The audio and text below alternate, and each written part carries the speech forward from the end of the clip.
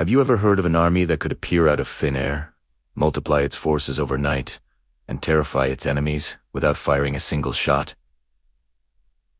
This isn't a fantasy tale. It is the incredible true story of Erwin Rommel, Ghost Army in North Africa during World War II. It's a masterclass in deception, a brilliant display of how a clever mind can be more powerful than 1,000 tanks. Let's set the stage. It's 1941, the vast, scorching deserts of North Africa. The British 8th Army is locked in a fierce struggle with the German Afrika Korps, led by the legendary Desert Fox, Erwin Rommel. Rommel was a military genius, but he faced a huge problem.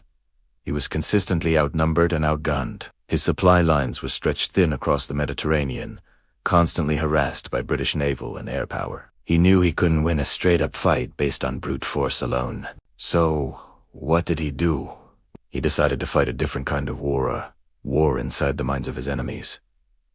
Rommel's first trick was pure, simple, and incredibly effective. His tank divisions, the famous panzers, were his most feared weapon. The problem was, he didn't have enough of them. To solve it, he ordered his engineers to mount dummy tank turrets and cannons onto ordinary Volkswagen cars. From a distance, especially through the shimmering desert heat haze, these converted cars looked exactly like menacing panzer tanks. He would then have these cardboard panzers drive around in large formations, kicking up massive dust clouds. British reconnaissance planes would fly over. Spot would look like a huge armored division on the move, and report back, Rommel has a massive tank force concentrating here. The British commanders, believing they were facing overwhelming odds, would become cautious, delay their attacks, or divert their own precious forces to counter a threat that didn't even exist. Rommel was essentially playing chess with ghosts, forcing his opponent to react to pieces that weren't even on the board.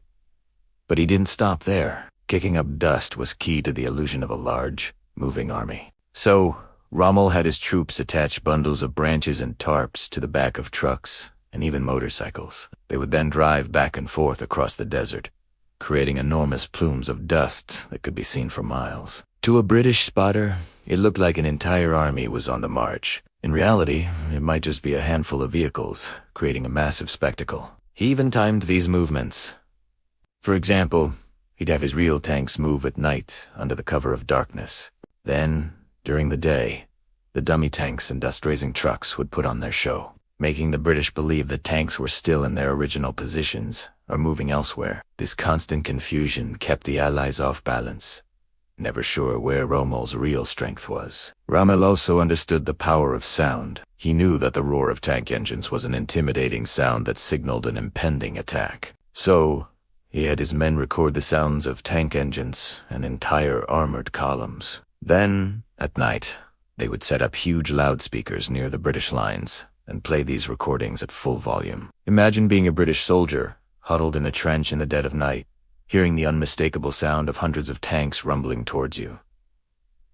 The fear would be immense. You'd expect an attack at any moment, but the attack would never come. It was all a sonic illusion. These ghost attacks not only frayed the nerves of the British soldiers, causing exhaustion and anxiety, but they also desensitized them. After a few nights of false alarms, when a real attack did come, the initial response might be a little slower, a little more hesitant. That hesitation was exactly what Rommel wanted.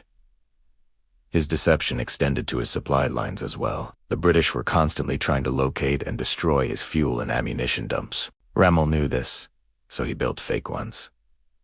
He'd create elaborate, poorly camouflaged supply dumps filled with empty crates and barrels, leaving them just visible enough for British reconnaissance to spot. The Royal Air Force would then waste precious bombs and fuel destroying these worthless targets, while Rommel's real, heavily concealed supplies remained safe and sound. He was turning the enemy's strength air superiority against them, making them waste their resources on phantoms.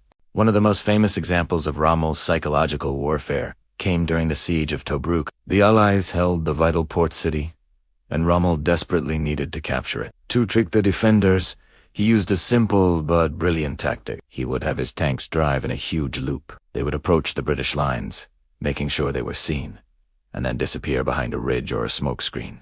But instead of stopping, they would circle around, out of sight, and rejoin the back of the column, driving past the British lines again. To the observers in Tobruk, it looked like an endless river of panzers was arriving, a force so massive that resistance would be futile. The psychological impact of seeing what appeared to be an overwhelming armored division was devastating, designed to crush morale before the first shot was even fired. These tactics earned Rommel's force the nickname the Ghost Division, or just among his own men and his terrified opponents. It seemed to be everywhere at once, a phantom army that defied conventional military logic. The legend of Rommel grew, not just as a brilliant tactician, but as a magician of the battlefield. His reputation itself became a weapon. British soldiers would whisper his name with a mix of fear and respect. The belief that Rommel was invincible, capable of anything, could sometimes be enough to cause a panic or a retreat. It's important to understand why this worked so well. The desert itself was a perfect stage for these illusions. The vast, featureless landscape, the heat haze, the dust storms, all of these natural elements helped obscure reality and made deception easier. But it was Rommel's deep understanding of human psychology that was the real key. He knew that war isn't just fought with bullets and bombs. It's also fought in the mind. He targeted his enemies' morale, their decision-making process, and their perception of reality. By creating uncertainty and fear, he could control their actions. He forced them to doubt their own intelligence reports, to hesitate when they should have advanced, and to waste their strength fighting shadows. Of course, Rommel's Ghost Army couldn't win the war on its own. Ultimately, the overwhelming industrial might and superior resources of the Allies prevailed in North Africa. Deception can only take you so far when you're critically short on fuel, tanks, and soldiers. But the story of the Ghost Army remains one of the most fascinating chapters of World War II.